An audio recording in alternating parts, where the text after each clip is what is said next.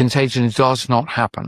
So if you choose to believe me, if your mission is to decide for yourself, we haven't got the submicroscopic infectious particles called viruses. That's bullshit. We don't have contagion of a sick person to a well person. That's bullshit as well. But you need both of those lies, don't you, in order that vaccines make any sense. But they're both false. And if any one of them is false, you're being lied to. They're both false. You're being lied to. Why is it diabolical magic? Why is this so important? Two things to tell you. One is why it's so important. And I reeled over with horror when I sussed it. And I hope you will too. And then I'm going to remind you something very peculiar happens with people who don't go along with this nonsense. And it happens nowhere else in your professional existence, which I think ties in with what I'm about to tell you.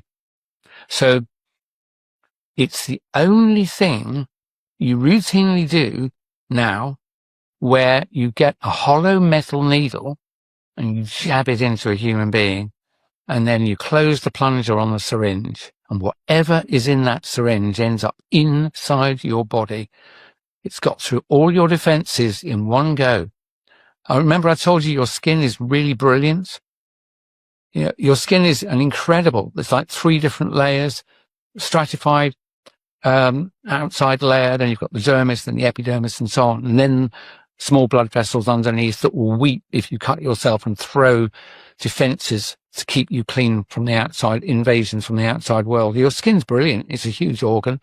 And then your lungs have got this lining of sticky stuff that wafts out, keeps you safe. And then your stomach, as I say, it sterilizes whatever you eat. Your God and nature have given you an incredibly well-defended fortress, and you occupy that space for your life.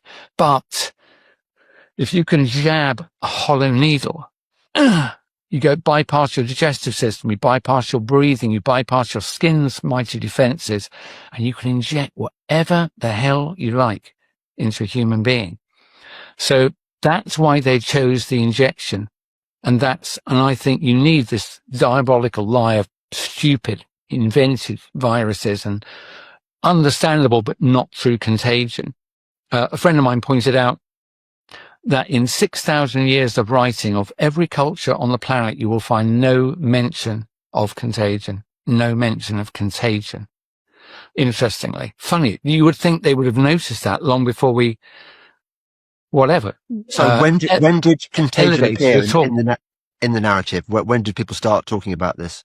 I'm not sure, but I think it probably was going to be like 1700 to 1800. I think the people that started scarifying, which was to cut repeatedly the skin and then shove cowpox pus into people, that Jenner experiments, you know, that it's another lie. You know, the heroic theories, the heroic figures of science and medicine, I'm afraid they're mostly made up, just like the heroic figures of literature are probably mostly. But I just want to tell you one.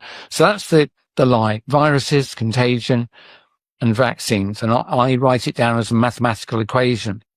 Virus lie plus contagion lie equals vaccine lie.